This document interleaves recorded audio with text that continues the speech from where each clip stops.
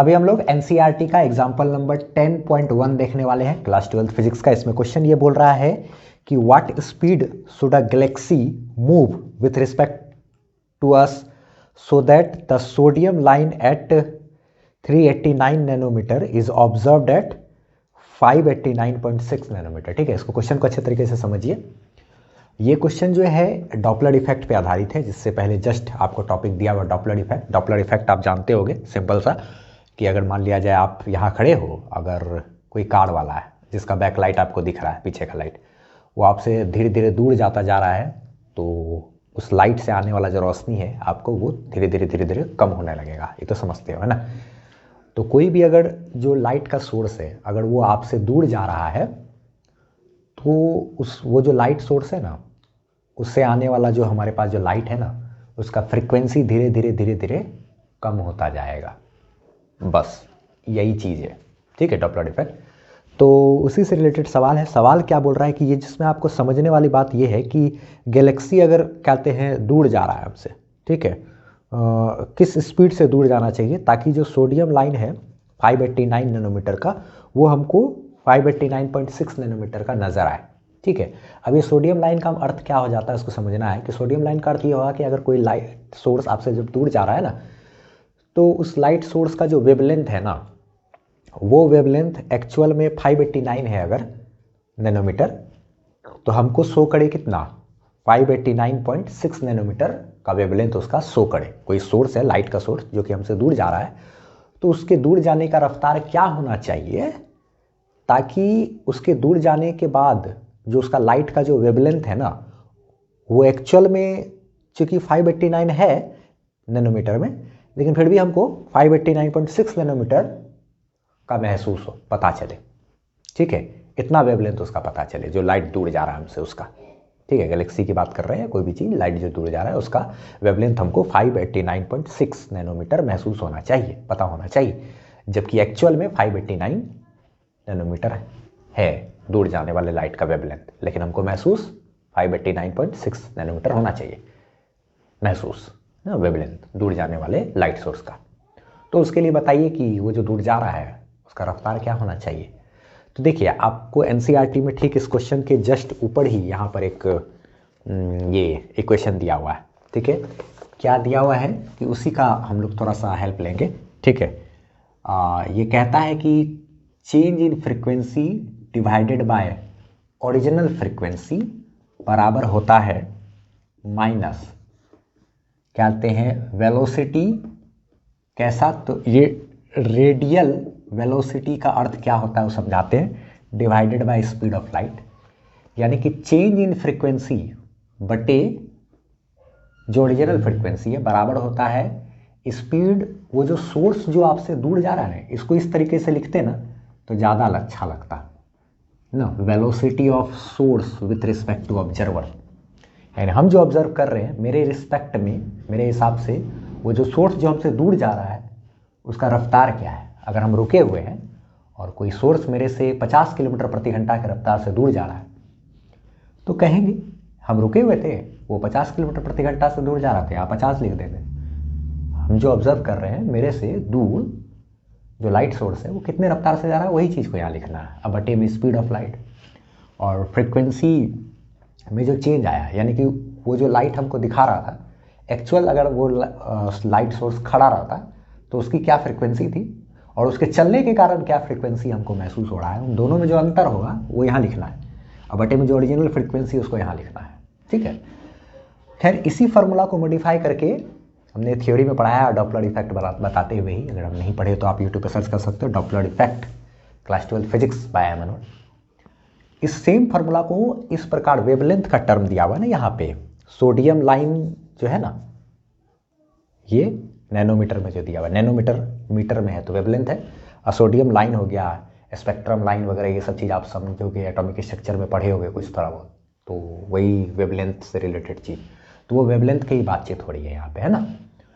तो इसी same formula को ना एक और रूप से लिखा जा सकता है, वो कैसे, तो ऐसे इस प्रकार से लिखा जा सकता है कि चेंज इन फ्रीक्वेंसी है ना, तो चेंज इन वेवलेंथ बटे ओरिजिनल वेवलेंथ बराबर minus frequency of source with respect to observer divided by c. NCERT में इसको रेडियल बोला, लेकिन हमको velocity of source with respect to observer, observer के रिस्पेक्ट में वो जो लाइट सोर्स है उसका वेलोसिटी।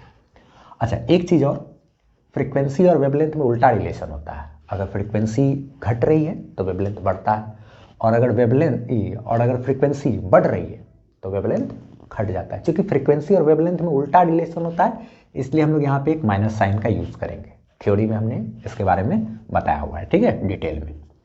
तो चलिए देखिए, अब बात करते हैं यहाँ पे सब कुछ का। तो जो चेंज इन वेवलेंथ है, यानी कि जो लाइट सोर्स था उसका जो एक्चुअल वेवलेंथ होता और उसके दूर जाने के कारण जो वेवलेंथ हमको महसूस हो रहा है, वो उन दोनों में जो अंतर है उसी अंतर को यहाँ लिखना है, ठीक है।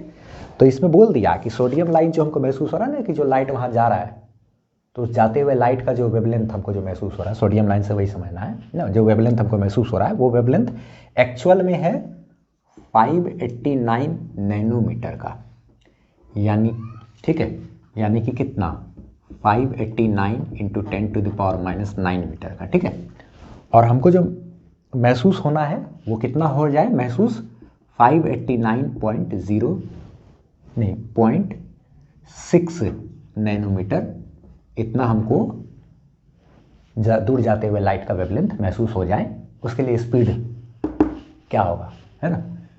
तो जाते हुए लाइट का वेवलेंथ हमको इतना महसूस हो रहा है, अगर यही मान लेते हैं 589.6 इंटू 10⁻⁻9 मीटर, -9 से मल्टीप्लाई करके हम लोग नैनोमीटर को मीटर में कन्वर्ट किया है ना। अच्छा ठीक है, तो ओरिजिनल तो ये हो गया ना, और यही ओरिजिनल वाला चीज़ हमको यहाँ पे लाके डालना होगा ना। अच्छा, और यहाँ पे क्या डालना है, ओरिजिनल और जो हमको महसूस हो रहा है वो, उसके दूर जाने के कारण दोनों का अंतर कितना होगा, इतना में इतना घटाएंगे या इतना में इतना घटाएंगे, तो 0.6 का ही अंतर है ना, 0.6 नैनोमीटर का डिफरेंस होगा। इसी को इतना में से इतना घटाएंगे तो इतने आएगा ना। अब इसी को मीटर में कन्वर्ट कर लेते हैं, 0.6 इंटू 10⁻⁻9, इतना मीटर बोल सकते हैं। ये डिफरेंस हो गया, ये जो चीज़ हुआ ये मेरा डिफरेंस हो गया, ठीक है। ये माइनस साइन इसलिए लिखा है क्योंकि फ्रीक्वेंसी और वेवलेंथ में उल्टा रिलेशन होता है, इसीलिए। एक फ्रीक्वेंसी घटेगा तो वेवलेंथ बढ़ेगा, फ्रीक्वेंसी बढ़ेगा तो वेवलेंथ घटेगा, इसलिए। तो माइनस साइन दोनों साइड तरफ से कट जाएगा, तो डेल्टा लेमडा बाय लेमडा बराबर velocity of source with respect to observer, यानी कि सोर्स यानी कि कौन है, लाइट का सोर्स कौन है, गैलेक्सी से ही ना लाइट हमको दिख रहा है, और ये हम लोग ऑब्जर्वर हो गए पृथ्वी पे। अच्छा ठीक है, ये स्पीड ऑफ लाइट। तो हमको यही चाहिए, वेलोसिटी ऑफ सोर्स क्या होना चाहिए ऑब्जर्वर के रिस्पेक्ट में, ताकि वेवलेंथ में जो चेंज आ जाए उतना का चेंज हो जाए, वही ना। तो डेल्टा लेमडा की जगह पे 0.6 इंटू 10⁻⁻9 डिवाइडेड बाय लेमडा, जो ओरिजिनल लेमडा है, वेवलेंथ है, वो कितना है 589 इंटू 10⁻⁻9, ठीक है। अच्छा, उसके बाद अभी सी को तो हम लोग इस साइड लेके आ सकते थे, तो velocity of source with respect to observer हमको निकालना है, डिवाइडेड बाय सी है। सी को क्या करते हैं, इस साइड मल्टीप्लाई कर देते हैं। सी एक्चुअल में क्या है, सी का वैल्यू तो आप जानते हो 3 इंटू 10⁸ मीटर पर सेकंड होता है। तो जब इसको हम इससे मल्टीप्लाई करेंगे तो डायरेक्ट लिख देते हैं इतना संख्या में, क्या, तो 0.6 into 10⁻⁻9 divided by 589 into 10⁻⁻9 into 3 into 10⁸ बराबर velocity of source with respect to observer. Source यानी कि velocity of galaxy with respect to observer, with respect to us. C इधर मल्टीप्लाई हुआ, सी यानी कि ये है ना। अब सबको गुना करते हैं, ठीक। तो ये पॉइंट उड़ाएंगे तो नीचे में यहाँ पे 10 आ जाएगा, 10⁻⁻9 10⁻⁻9 कैंसिल। अच्छा, 3 गुना 6 कितना हो गया 18, डिवाइडेड बाय 10 इंटू 589 इंटू 10 का पावर 8 है ना। तो एक काम करते हैं, ठीक है, 3 को 0 इसमें से निकाल लेते हैं, इंटू 10⁵ कर देते हैं।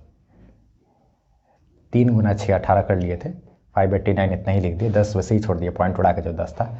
ये 10 का पावर 8 यानी कि 1 पे 8 को 0 है ना, तो इसमें से 3 को 0 निकाल लिए, ठीक है। 10 का पावर 3 निकाल लिए, और क्या था 10 का पावर 5 को साइड कर दिए, तो 10 का पावर 5 है, ये 10 का पावर 3 है, तो 10 का पावर 8 हो जाता। अब इसमें से 1 0 और 1 0 काट दिए, 100 गुना 18 1800 velocity of source with respect to observer अब इसको इस साइड लिख लेते हैं, velocity of source with respect to observer, ये बराबर ये 1800 डिवाइडेड बाय 589 इतना डिवाइडेड बाय इतना, और ये 10 टू द पावर 5 ऐसे रहेगा, इंटू 10 टू द पावर 5 ऐसे रहेगा, ठीक है। तो इतना मीटर पर सेकंड ही ना वेलोसिटी रहेगा, है कि नहीं।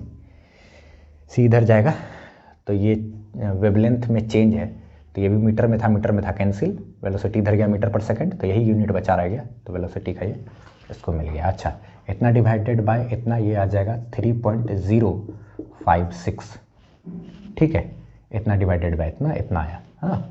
उसके बाद 10 टू द पावर 5 है, इंटू 10 टू द पावर 5 इतना मीटर पर सेकंड है, इसको किलोमीटर प्रति सेकंड में बदलेंगे। इतना मीटर को किलोमीटर में बदलना है अगर हमको, तो एक काम कर सकते, कुछ कर सकते, बता देते हैं पहले। इसके कारण इसके एक अंक बढ़ा लेंगे, 3.05 को हम बना दिए 6, राउंड ऑफ कर दिए, इंटू 10 टू द पावर क्या 5 इतना मीटर पर सेकंड।